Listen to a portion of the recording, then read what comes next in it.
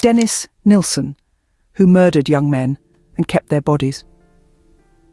In April 17th, 1984, at Madame Tussauds Waxwork Museum in London, England, a wax figure of Dennis Nilsen, the notorious British mass murderer, is carefully positioned within a prison setting in the Chamber of Horrors. Alongside him are waxworks depicting the infamous London gangsters, the Kray brothers. Dennis Nilsen instilled terror in London during the late 1970s and early 1980s, committing heinous acts by killing 15 men over a span of 5 years. His modus operandi involved luring young men from bars to his residence, where he would subsequently strangle or drown them. Following their demise, Nilsen would meticulously bathe and attire the bodies, as reported by the International Business Times. In a chilling revelation to authorities, Nilsen confessed to retaining the bodies for extended durations, engaging in sexual acts with them, and conversing with the deceased. Presently, he serves a life sentence at HMP Full Sutton Prison in Yorkshire, England.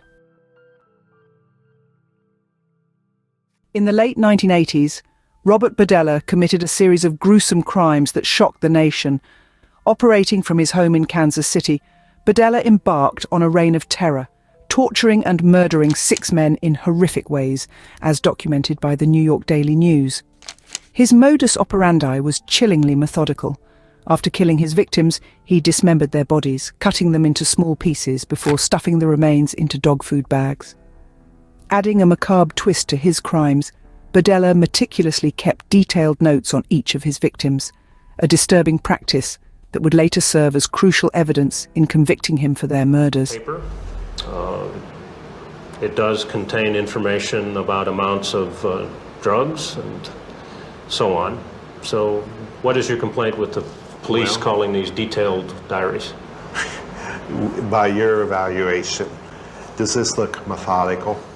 However, despite his heinous acts, Berdella managed to evade capture for a significant period, his crimes concealed beneath a facade of normalcy. The turning point came when Berdella targeted his 7th victim, 22-year-old Christopher Bryson. Miraculously, Bryson managed to escape from the 2nd floor of Berdella's house, thwarting the killer's plans and bringing his reign of terror to an end. Had it not been for Bryson's courageous escape, Berdella might have continued his atrocities unchecked. Initially apprehended on charges of sexual assault, Berdella's true depravity was revealed when authorities obtained a search warrant for his property. Inside his house, they made the horrifying discovery of human remains, along with the wallets of other victims, providing damning evidence against him. Subsequently, Berdella was sentenced to life imprisonment, but his life was cut short when he succumbed to a heart attack in jail in 1992, bringing a grim conclusion to his dark chapter of terror. During his trial, Hay attempted to plead insanity and shockingly claimed to have consumed the blood of his victims. However, the court saw through his facade. Jerry Brudos, infamously known as the shoe fetish slayer, made headlines when he was charged with committing 4 murders in Salem, Oregon. In January 1968, the city of Portland was gripped by fear as women fell prey to the terrifying actions of Jerry Brudos, a man believed to have a foot fetish, resulting in the complete disappearance of 4 victims. Approximately a year later, a grim discovery was made by a fisherman who stumbled upon the remains of Linda Saley, a 22-year-old woman who had vanished the previous year. Subsequent investigations led the police to uncover 4 additional bodies, all linked to Brudos. Brudos had a macabre habit of retaining the body of his initial victim for several months, engaging in the disturbing act of dressing her up before ultimately discarding her in a river.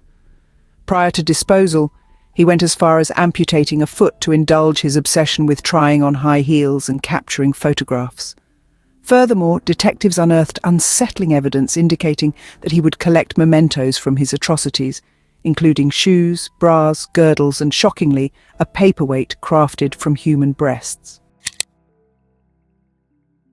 On the afternoon of June 13, 1981, Issei Sagawa, a Japanese individual, embarked on a disturbing journey to the Bois de Boulogne, a park on the outskirts of Paris. He carried with him 2 suitcases containing the dismembered remains of his fellow student, Renee Hartevelt, a Dutch woman whom Sagawa had fatally shot 3 days earlier. In the following days, he indulged in the gruesome act of consuming parts of her body. The intricacies of Sagawa's brief detainment and eventual return to Japan are convoluted and multifaceted. However, for the purpose of this account, it suffices to note that on August 12, 1986, Sagawa discharged himself from Matsuzawa Psychiatric Hospital, subsequently leading a free life.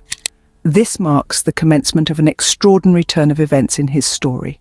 Over the course of 24 years of liberty, Sagawa has garnered a peculiar blend of infamy, ranging from morbid public fascination to minor celebrity status.